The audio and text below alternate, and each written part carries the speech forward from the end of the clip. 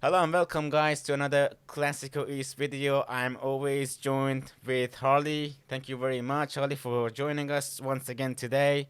So as promised in the last video, we are back to give you an update in regards to the things that we discussed 2 days ago. We're gonna go through some, what should I say, notable transfer moves, right? Potentially. Am I correct? Is that Yeah, accurate? yeah. So obviously, the last time we kind of spoke, it was kind of a bit more serious because we're talking about COVID-19, and obviously it's a terrible thing. And there's kind of like the politics of what's happening in all the different leagues. So we did try and give you a massive overview of everything that has happened football-wise across Asia and a little bit in Europe to kind of give you a sense of what's gone down, how different countries dealt with it. So go Mm-hmm. check that out if you can. So we're going to just run through a few little updates on some of those leagues. And then after that, we'll kind of jump into the transfer news, which is kind of the focus of today. And just kind of, yeah, get stuck into like confirmed transfers, transfer rumors, and basically like what is going to happen with the transfer window if all the seasons are moving around. Okay, cool. That's amazing. And let's hope you're not gonna cut off later on in the video any more than what you already. Oh, sorry. Always. Okay, cool. So shall we kick things off with the updates, right? It's funny since we recorded the video, right? Thinking like Yeah. it's the bomb, and as I was like sort of preparing it to upload, we got lots of, I realized, information is just coming in, just flooding in from every country that we discussed. We have dates. I said, for example, Iran is coming back. The government didn't approve it. That decision came yesterday, so they're gonna re sort of rediscuss how to bring football back in Iran. So everything that I said uh, is not accurate. I'll add. So what I did was I added text below our video to sort of normalize the Yeah, but mistakes. it really is such a state of flux. I mean, I'm not surprised that it's been cancelled. Like we were saying, a lot of the other leagues have moved their date to really late in the year, and Yeah. especially if clubs in Iran want to compete in Champions League. I don't see how you can do that when some are in the league, some are not. Like some are in season, some are not. That type of thing. Hmm. But yeah, we'll update everyone as and when. Yeah, Um, it's crazy how every day something happens. So when I'm looking at the news, every day something like it shifts. One day you wake up and everything is looking good. Everything is looking positive. The following day, not so much. It's a weird time to make videos actually. Okay, but we gotta do what we gotta do, right? Cool. Having said that, I think we are ready to talk about yeah, some of the recent updates that we have had from Premier League, A League, and Malaysian League. Damn, dude. yeah, well, the other day we said that we there wasn't a lot happening, and I thought I better also fact check, make sure there wasn't anything I could find, and that is what I could find. So let's start with the A League. Not a lot has changed, but we've moved from a point where they're staying suspended indefinitely to aiming for an August return. So if you watch our other video, we were kind of discussing how it's bizarre that some of the leagues are looking to come back so late in the year because it's going to have a knock-on effect on the season after that. So we don't know whether they're going to have a short season or whether a lot of leagues, like the Saudi League, are all moving permanently to start in August, similar to the European season calendar. But yeah, Mm-hmm. A League has announced aiming for an August return and also looking to build a hub for all of the clubs to play in Sydney. But yeah, that's the first bit of news coming out of Australia. What do you think about that? This is one of the solutions, right, to bring football back. You sort of isolate uh, every game in a safe spot, and you're just trying to get going. But obviously there are problems with that. For example, I heard in Premier League when they proposed similar plans, clubs like Brighton didn't really welcome it because they didn't want to give away their the concession of giving up their home games. So there's always problematic. Every decision has its own weirdness. Nothing is perfect here, but it's just about how much you can minimize the damage and bring all clubs together to agree on something, which is something I think, which is something Serie A has achieved with Bundesliga, but in Britain, in Iran, it's not the case. Well, I think there's a lot of money in the Premier League, even at the smallest clubs. Your Bournemouths and Brightons, they still have hundreds of millions of pounds in terms of worth and in terms of what they bring. So I'm not surprised at that. To summarise, obviously it's good to see that there's news coming out of Australia and they've kind of moved from we don't know what we're doing to we're going to try this plan. At least there's some kind of structure there. But yeah, moving kind of onto the Premier League, like you say, they're looking at neutral grounds. Ones like Old Trafford, Brighton, and London Stadium, because there's not a lot around them, so they can really control the environment there. Yeah. But they're also looking at shorter timed games. Now, again, this kind of reminds me of like the Japan thing, where they're going to split games in 3 instead of 2. I don't see how playing a shorter game necessarily limits contact on the pitch between players. So I don't see how if you're going to play a game for 40 minutes instead of 45 minutes, it's not like you can get more fixtures in. You've still got to have days of rest, and it doesn't limit the contact. So I don't see the benefit of that or the reasoning behind it. It's another weird thing coming out of the Premier League. But there is another thing you said. It was very interesting to me how Australian officials, they seem to be doing okay in relation to bringing football back in Australia, which is something we were very vague about in the previous conversation we had. We didn't know. We didn't really have much information. But you said they proposed to host the remaining games of Premier League, which was... Yeah, that, again, it's another bizarre thing. So A-League teams, the A-League, it's kind of English-speaking country, easy market. A lot of the world speaks English as a second language, third language. And you would think quite accessible, a lot of money going into it. But it is improving, but it's taking a long time for the A-League to kind of improve. And there's still a kind of delicate position, so shall we say. A lot of the clubs, they're quite young. And financially, in operating football leagues, it's not familiar to a lot of them. So if they don't keep playing, it's very hard for them to keep going. So I don't know how you can justify suspending A-League until August because of safety concerns, but making it okay to play Premier League football in Australia. And again, it just comes down to money. So I don't like that, that Australia's doing that. I'm a little bit annoyed. You know what? As a football fan, you know what really frustrates me, Harley, at the current time. It's just there is a lot of rubbish. There is a lot of bullshit plans being announced in media. I don't know who is responsible for it. It's just a lot of things that you just didn't have to say. Just didn't have to say it out loud. Coming from every country, it doesn't matter how. For me personally, this is not as hard as. Okay, it is hard because the problems that you're facing, it doesn't necessarily has a solution, right? But what makes the situation sort of simple for me to plan is you can measure that everyone is sacrificing something, right?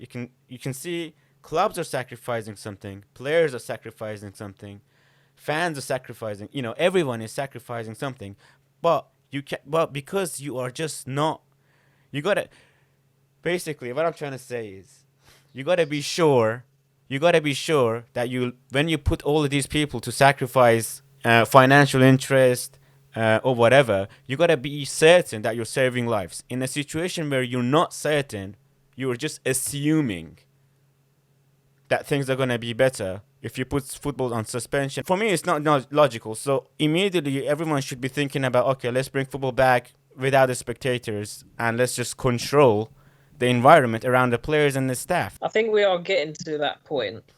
When we're talking about having these hubs, like a lot of the leagues around the world talking about having hubs, and we'll talk about that in Malaysia as well in a second. That I think that is the way it is gonna go to finish the season. That's the only way you can do it.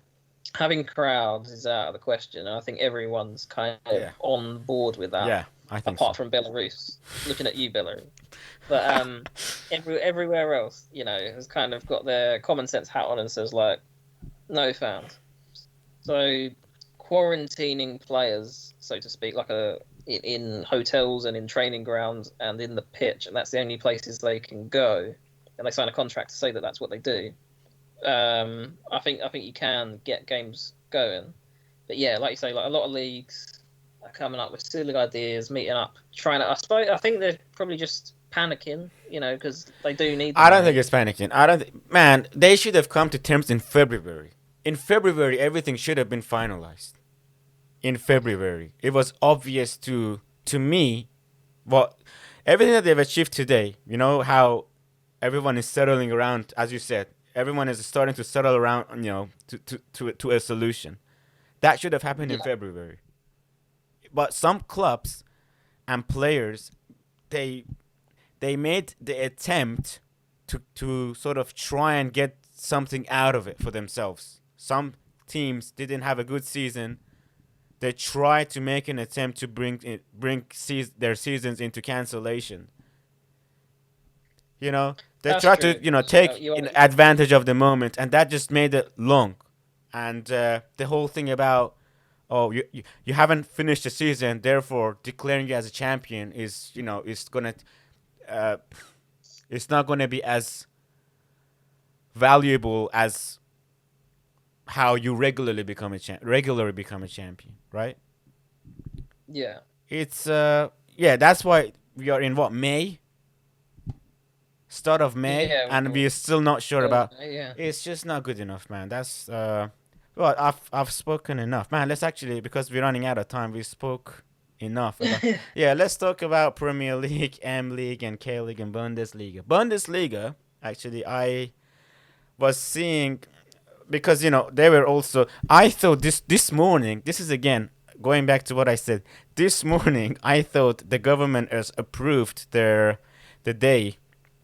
That was proposed for Bundesliga to return. They haven't done it. They couldn't. The German committee to fight the coronavirus, they couldn't come to terms. So tomorrow they're gonna announce what they're gonna do with Bundesliga, because there are 10 players, right? 10 players who were tested positive, and that just changes things.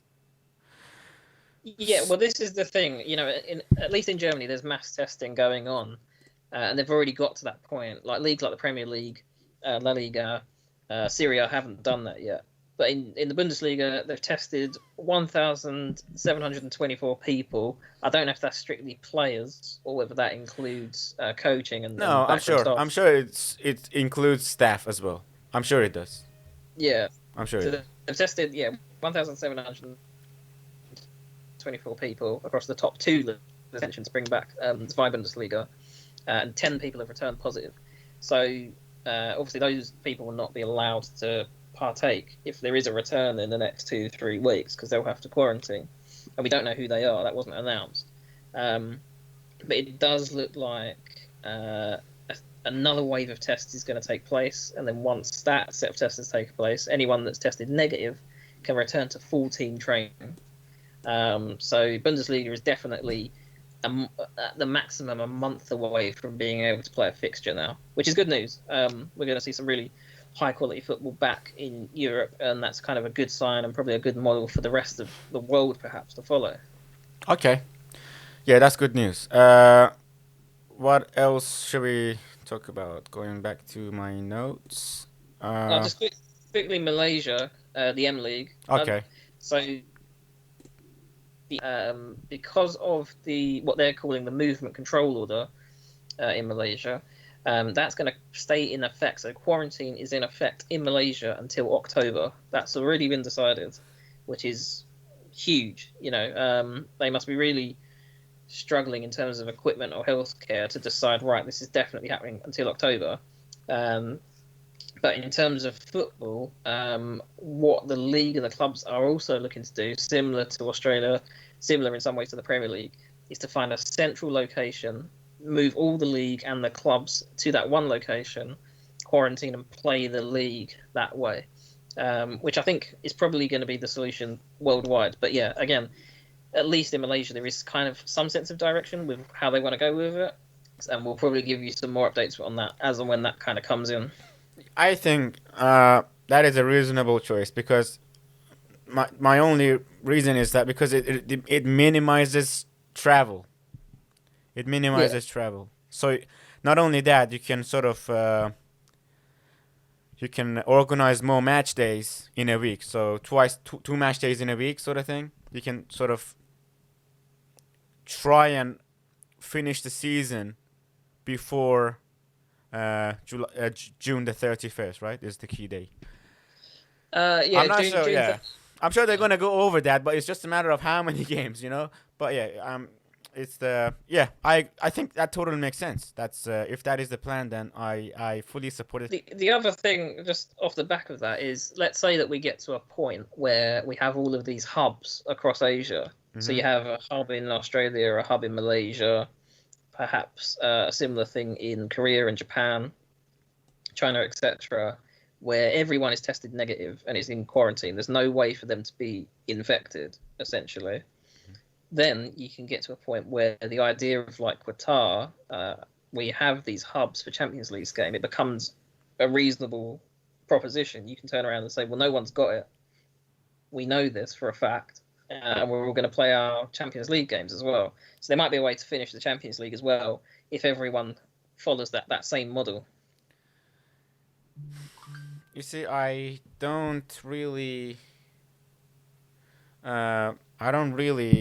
trust those numbers that comes out of uh, the Gulf region because the problem with that is I don't know how many people they're testing anyway.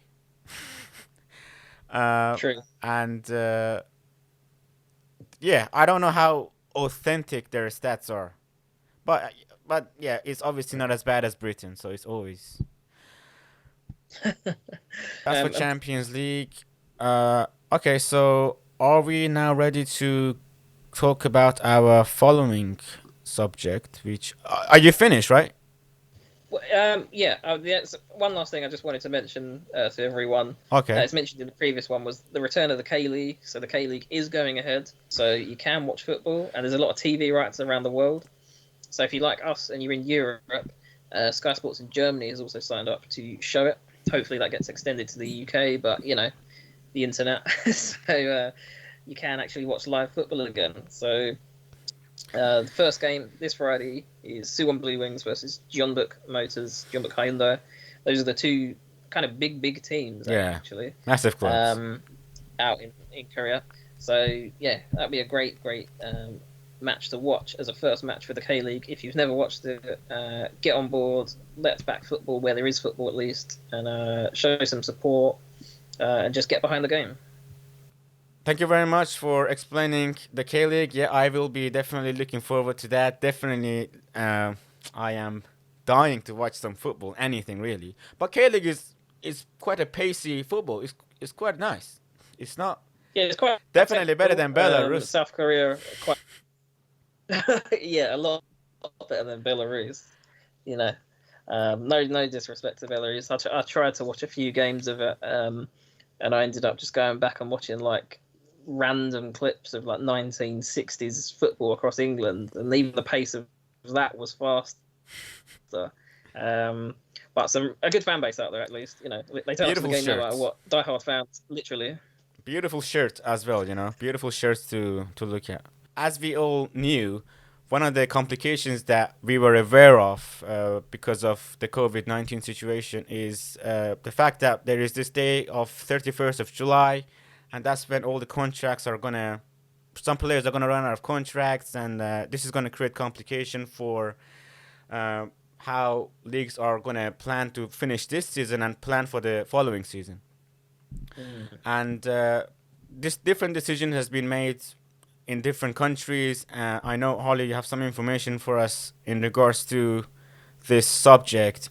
So it's the big transfer window for a lot of clubs this year. Obviously, with the COVID-19 situation, there's a cash flow problem at the clubs, and you've also got the issue of the contracts running out, free agencies, etc. So although July 31st, as we've said, is the main deadline, June 30th makes that even tougher because a lot of contracts run out on June 30th. It's just an old agreement and an old date that's been used for like a regular window for a lot of clubs. So yeah, FIFA's put out the guidance, trying to ask leagues, clubs, players, associations to extend their contracts to help clubs and leagues finish their seasons. But Yeah, with this is some there is a leagues but. restarting, There is a but, isn't it? yeah, it's a big but as well.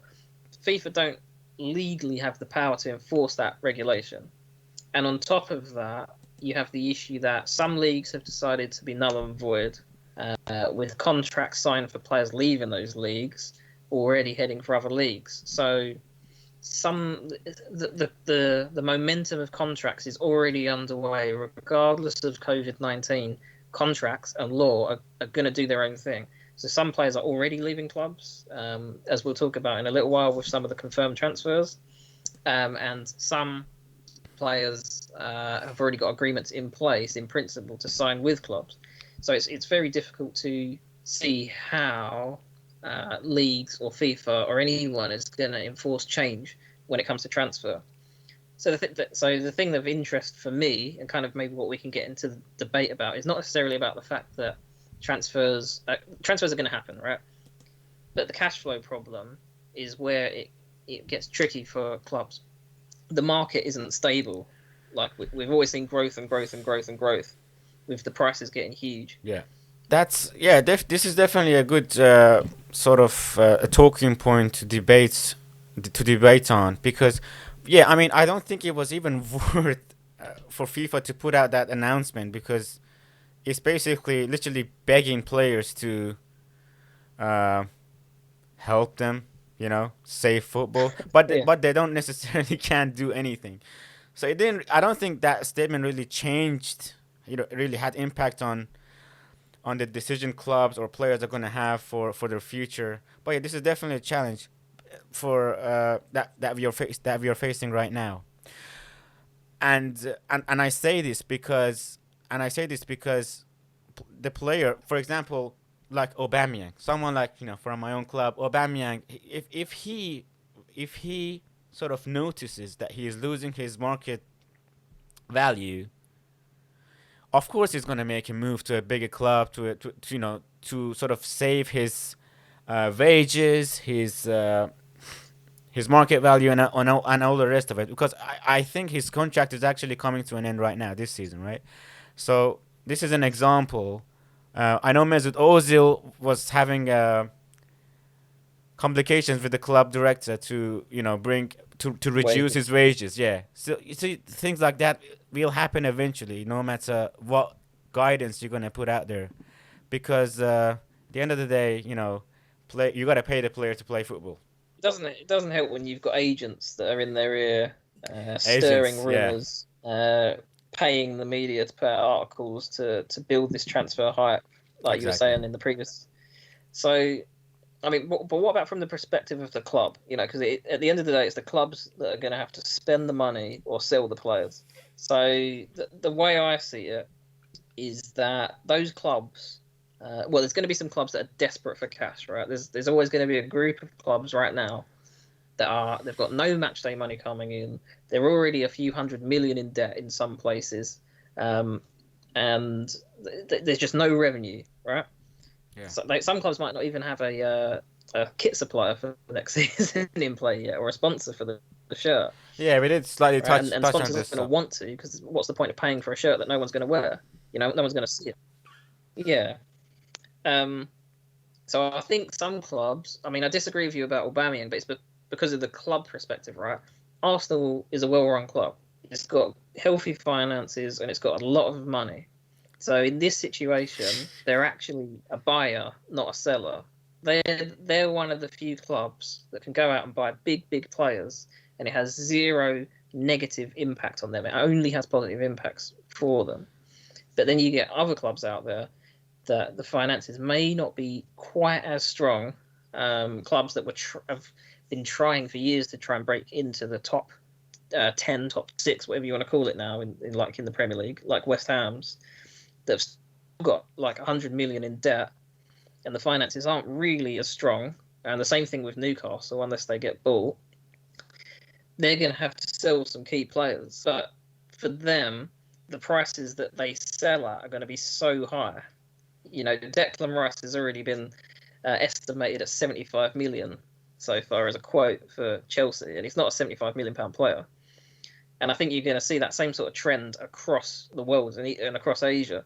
You're going to see struggling clubs selling players for extraordinary prices, and you're going to see top clubs selling decent players that are surplus to requirements for cheap prices. So worse players are going to be worth more in this market, and I don't think you're going to see a kind of common sense to the prices that people are paying for players. But what if the decision is in the hands of the player, not the club? Well, it is if it's a free agent or if they're adamant that they want to leave. But the clubs have still got to agree a price. So let's imagine that I'm a club who has earned no money in the last 3 months. I have no TV rights. I have no money coming from merchandise, no money coming from ticket sales, food sales, etc. on the day. And someone comes in and offers me 20 million for my star Premier League striker that scored 12 goals last year. I'm going to slap 15 million on top. I'm going to say, you can have him, but it's going to cost you 35, right? And you might bargain your way down, maybe into those like mid-20s, higher 20 million pound prices. But I'm saying that those clubs that are desperate are really going to bump the prices of their players until the last minute. So I also think this is going to be a late transfer window where you're going to see very high prices for players right until the transfer window comes towards its closing. And those clubs that are desperate for cash, just cold hard cash to keep their business running, to keep their staff, will sell some key players for really cheap.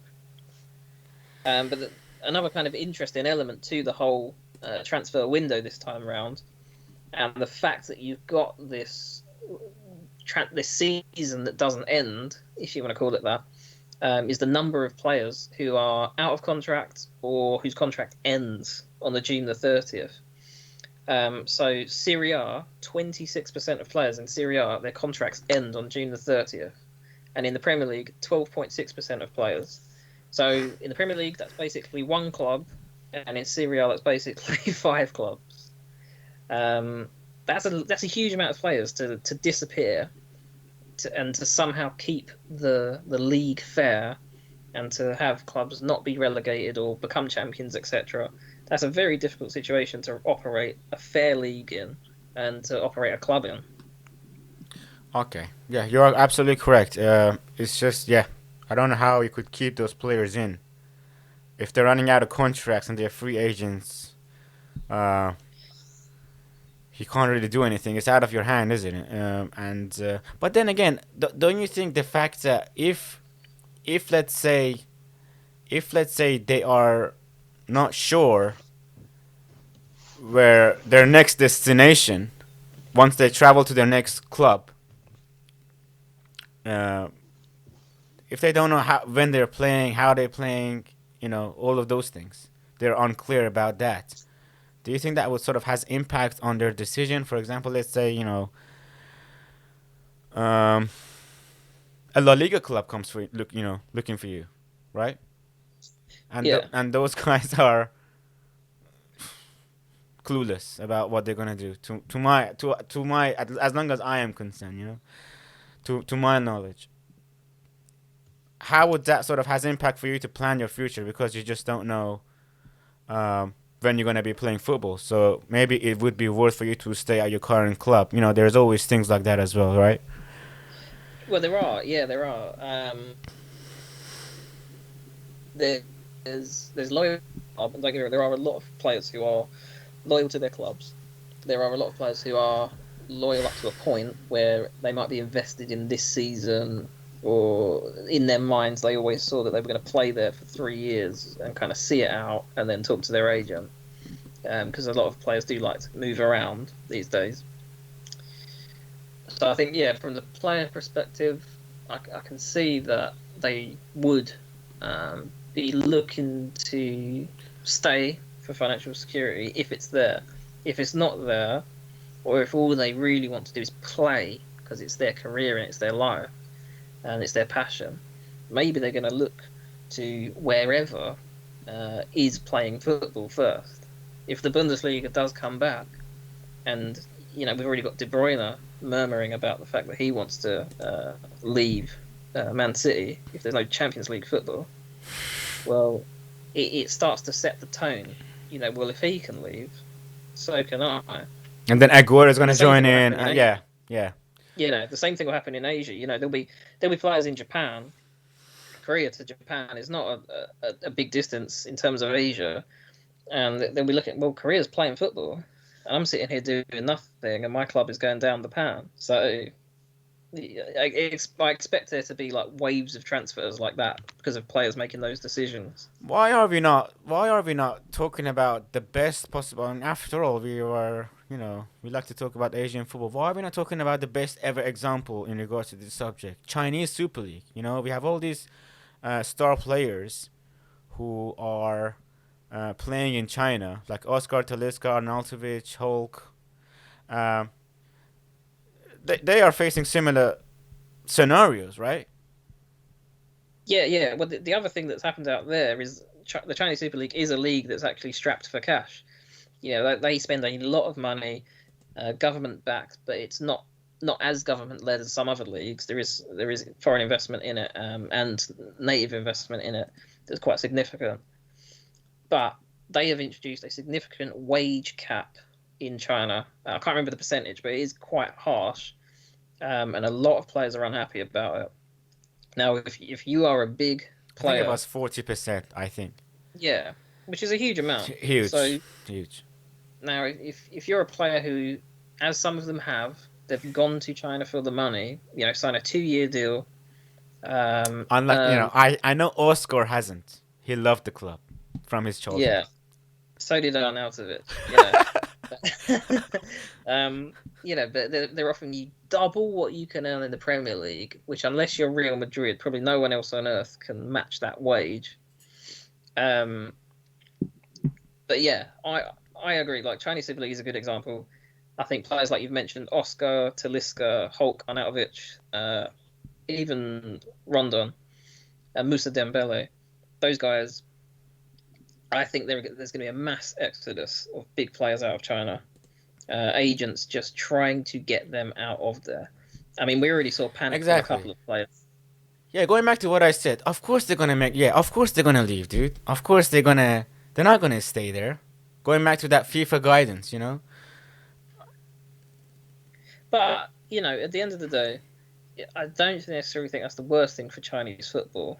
Because there's already been a huge investment in the training facilities, in the national program, in the squads, in just raising the standard of what Chinese football is, and especially in the last kind of 8 years, it's gone from, oh yeah, they play football in China, to, no, these guys can play, and not just the big players. They have competitive teams, so opening up space for more of these mass talent centers. I can't even call them academies because they're huge, like Guangzhou Everground's academy, to bring in players into all these gaps that the massive players would leave behind. You might see a new wave of Chinese players come through. So there might be a silver lining to all of that. No one can predict that one. Cool. I think this should be enough for our conversation about the upcoming transfer window problems and the challenges that you have, how players are going to behave, all that stuff. We have discussed that, but we're going to go to our final segment, which is transfer rumors. So, what we have here lined up is a number of a number of players who are linked to notable clubs from Asia and we sort of feel that these transfers are gonna take place and happen at this upcoming window. So the main one, this is like always there, right? This is like always every window. This name is very bold and it's very easy to be seen. Sardar Azmoun, who plays for side Zenit St. Petersburg, previously played for Rostov, previously played for Rubin Kazan. Very notable player, very notable player in Russian league. He has been linked, as always, uh, not saying anything, with Everton, Arsenal, and West Ham United. Harley, how likely do you think it is for this player to be transferred to the clubs that I mentioned? To be honest, I think it is pretty likely. The noise has been going on for a few seasons. It's not just been like two transfer windows. It's been 4 or 5 transfer windows, and he has proven himself to be very good in the Russian Premier League. You know, you're looking at 14 goals this season, but he scored 26 in 45 in Russia, primarily playing as a winger. So that's a good return. You know, if in the Premier League a winger scores 10 goals, that's a good player. So if he only gets half of his output when he moves to the Premier League, that would still make a good winger and a desired winger to have in your squad or your team. So I can see it happening. It matters about price. Zenit is quite a pricey club. They're quite a wealthy club. Gazprom, big billionaire business. So the guys that run Zenit St. Petersburg are as wealthy as Chelsea or Arsenal. So they don't necessarily need the money. But I think they've had their fair share of Azmoun. They've had 2.5 years of him. And I think if the player wants to leave, he can. So if he's putting the word out, if that's where it's coming from, like we say, players buying press to get themselves transfers, it might happen. Well, he's been doing that for he's been allegedly been doing that for a number of seasons. I understand he has really settled in to his new team, and he's banging in goals left, right, center. He's loving it. Yeah, and But the Russian league is a good quality of league. Like at least the top division is a very respectable standard of football. I don't think this player is going. I don't think Sadar is going to last in the Premier League. Because I think Serie A clubs would the style of football there will fit him better. Will fit around him better, in which he's gonna be finding easier to perform at his best. Yeah, well, it all comes down to speed, doesn't it, in the Premier League? So if can Asmin play at that speed? I don't know. But, No, no. Of course he cannot. but is the transfer rumor real? I think it is. I think at this point, like I say, when you think of, well, even if you think of the clubs that he's been linked with, do all of those clubs need a winger? Probably. But is he not a centre forward slash striker who plays in this like Thierry Henry sort of player? Yeah, but he's often getting employed on the wing or kind of as a second striker, so he's free roaming behind the actual centre forward. Cool. So that's enough. So yeah, there you have it. Sador Azmoun, maybe to play in Premier League. Would you want him for your club? Let's just how that goes. Azmoun in, huh? Comes down to the money, because like if we're going to the West Ham example, so at West Ham with on the wings and forward positions, we've now got Jared Bowen, who looks like a decent young player. We've got Sebastian Haller, that's an outstanding centre forward that seems to be coming into a bit of form. But we've got a few midfielders that are really like injury prone. You've got Wilshere, who shouldn't be playing football anymore. You've got Sanchez, who's terrible. You've got Yarmolenko, that's injury prone. You've got Lanzini, that's probably past his best. So you've got 4 players that you could sell, and the squad wouldn't be any worse off. So if you bring in Azmoun for like under 25 million in this market, I would say that's worth a try because he does have a good record. Well, how much is he worth right now? Let me just find out quickly. His internet is amazing on a on a recording. It's gonna take me how many seconds to find his price? It's yeah, 30. He's listed as 13 million. You are really Yeah, over. 13 million on transfer marked, but I think well, yeah, I would say in terms of the market that we're in, and transfer market is always a little less than true value because transfer market tries to tell you what they're worth, not what clubs pay, and then you've got agents' fees on top of that. Ooh, damn. Okay, that's enough. That's enough of Asmer. Moving on. Yeah. So the next player we have is Stephen Bates. Sure, he plays for an MLS club. Do we know which club?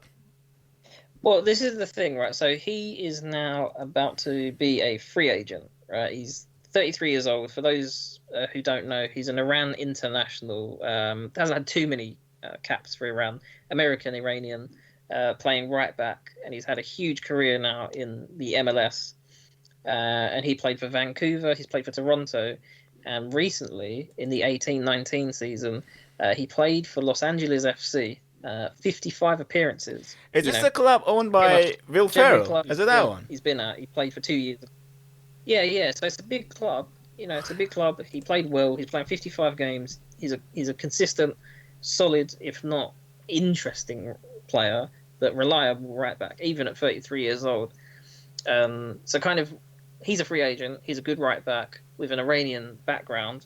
Do you think it's the time for him to maybe come home, give it a go in the Persian League, and join a team like Persepolis or Esteghlal and really kind of give back to Iran and be a kind of a homecoming? Because he's a decent player. He's a decent player. I saw him play for our, I think it was the 2014 World Cup qualification campaign. He had a number of games, He's very fast, very sharp, but then again, he was a lot younger. How many years are we talking about? Like 7 years Six. ago, 6 years ago. Yeah. Uh, I haven't seen his form right now, but yeah, definitely. To what I remember, he's a decent player, very fast, very sharp, very good at crossing the ball, great vision, and plus he's a cool guy as well. He did say in an interview that he already had offers from Persepolis and Esteghlal. Well, he didn't say Persepolis. He said large Iranian clubs. That's what he said, and Yeah. he turned them down. I think. Plus, he's got wife and kids. I think he wants to stay in MLS and just have a nice It's time. true, but and the thing is, at LAFC, he was even voted Defender of the Year. But still let go because of his age, I think. But let's see, because if football doesn't return in the MLS, although there is talk of some like small group training, if not full team training, gonna happen soon. But if football doesn't return in America, but football does return in Iran, and he comes out for like a year and plays for a big club. I think it's possible. He's either going to stay in MLS or go to Iran. But that was just another one I thought people might be interested in. Like Like a big transfer might happen. the only club who which can actually afford him is Sepahan, I would say, Yeah. because both Esteghlal and Persepolis are in very bad financial turmoil right now as we speak. Mm. Remember you said remember earlier on in the episode you said there are clubs who are desperate for money. Yeah. Well, two examples right here. Cool. Moving on to our next player, another Persepolis player. Just about, yeah. The thing with Torabi, right? I love this player so much. He plays for my club. He's amazing. He is definitely above Iranian standards. Yeah. He definitely deserves to play in Europe. But obviously, I don't want him to go because if he goes, then we are really gonna struggle to defend our title, which is something I am really looking forward to see. So, but then again, so the situation that I'm aware of is that the club is actually is trying to going back to what you said actually. Yeah, they are trying to sell him because they are desperate for the money. But we don't have a destination. So over here we have, Belgium and Qatar, right? Yeah, I can and see again, we don't know because no clubs were announced. We don't know if that was him or his agent trying to get the move in the media. I think, yeah, I wouldn't be surprised if I see his name on the list of players who are transferred because he is just amazing. Cool. But yeah, it would be interesting to see where he goes. Yeah, Well, yeah, that's Mete Turabi. We have Takufuse Kubo. yeah. Labeled the Japanese Messi as a kid. So this was the guy we spoke about him in a previous video. Former FC Tokyo and Yokohama Marinos player. He debuted at 15 in the J League, was smashing it and got bought up by Real Madrid. So last year was his debut season. Made a couple of appearances for Real Madrid and has gone out on loan at Mallorca. Scored 3 goals and 3 assists in 20 games, which is not bad for your first season, but probably not going to get you into the Real Madrid first team. But probably like one of the big future hopes of the Japanese football team. So I reckon he's going to go out on loan again, or maybe even get sold. He's quite young still. I think he's still like 17, maybe 18. So there's an opportunity that, He's 18. to me, he's 18. So there's a possibility like that he might still feel a little homesick, and he might go back to the J League if the football comes back on loan, just to be around family and friends at that age. Because that is a very young age to be playing first team football for Real Madrid. A lot of pressure on you on the other side of the world. But yeah, at 18 years old, do you think he's done enough to stay in the first team squad at Real Madrid? Do you think he's just going to get chucked into the development squad by Zidane? Or do you think that he's going to kind of venture off and head back towards Asia? Venture off towards Asia. What makes you say that? I don't see him play for Real Madrid at all, because historically speaking, they don't go for players like him. Not necessarily because where he's from, for his ability. They go for the technical, Marcelo's, Robinho, um, what's the name of the Samuel Eto'o, which they failed to get. He went to Barcelona. Historically speaking, these are the players they're chasing. And obviously top names from Europe. He's. I just don't think he can compete with the in a club so financially rich. You have to compete with all these guys for a spot. It's true. I mean, I'd like. I don't want to be harsh on him, but I just don't see it happening. Yeah, I don't see a way, and especially like when Real Madrid are linked with like Harry Kane, like how Exactly. You it see, starts to become. Yeah. I would love to see. Yeah. So I see him going back to Japan, maybe on loan initially, or even if he's got a good agent, he might get a shot in like Belgium or something like that. But let's see. Again, it all depends on what leagues come back. Cool. Yeah, we gotta speed things up now because time is against us. All right. Well, let's skip Joe. Let's skip Joe from the Goya campus. Hey, let's just cut that out. Why, Joe? Are you gonna get rid of Joe? Yeah, all right. Former Man City and All right, current Nagoya Grampus striker. Everyone was looking forward to see Joe. And where he's people dislike Joe and think that he was really terrible, but I thought he did okay at the time for Man City, where they were at as a club, and I think he's done decent for Nagoya Grampus, but he's getting on a bit. It will be a loss to Nagoya Grampus. We've got kind of like an aging squad, especially at the attack, and we're not doing great the last couple of years, so he's worth a couple of million still. If he goes back to Brazil, back to Corinthians, where he started it all, I think it will be something the Brazilian fans would like to see someone coming home. They always love to see that. And it will be a good bit of cash for Nagoya. Hopefully they invest it and actually get a striker in. But yeah, I think his best days are behind him for both parties. And wish him luck. But yeah, okay. Joe is going. I'm pretty sure of that. Cool. That's good for Joe. But moving on to Carlos Eduardo of Al Hilal, I personally think it is actually time for him to move on. About his recent performance at Al Hilal is just not what up to the level that he used to do. What used to be able to do previously um, when he arrived in Saudi football. Plus, it's all about he's getting old. Plus, it's all Al Hilal. When you look at Al Hilal, it's all about this. It's all about Befetimbi Gomez, isn't it? This is the player you're looking Oh for, yeah, yeah, right? No, it's not. It used to be Carlos Eduardo, but not anymore. Plus, they have Salim Al Dusri. If he is like, it's all about them two up front, isn't it? Is he yeah. is like And not no longer the first choice. the Sorry. last few years when I've watched Al Hilal, they're just blisteringly fast on the counter Yeah, attack. just magnificently Ridiculously fast. fast to watch. Just almost in a league of their own sometimes when they're on form. But yeah, I agree. I think Eduardo is probably past his best, although he has scored well. He has scored well this season. Um, I'm looking at but Champions League performances. oh That's yeah, yeah.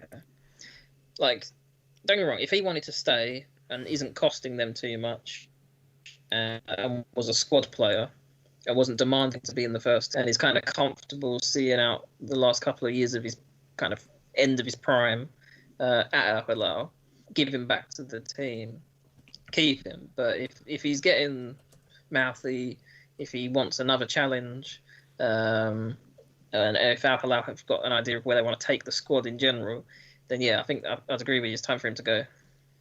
So next up, we have Daniel Sturridge. A couple of crazy ones here. I'll try and run through them both quick. So we've got Daniel Sturridge and we've got Zlatan Ibrahimovic. Daniel Sturridge coming to the end of a kind of unfortunate ban. Not really sure if it was fair for him to get that. Talking to his brother, who is his agent, got banned. Long story. He is an injury-prone striker, but everywhere he's gone, he's got a bag full of goals. Man City, Chelsea, Liverpool, and Trabzonspor in Turkey. Good player, still valued at around 10 million. Probably past his best in Europe, and I think it's probably time for him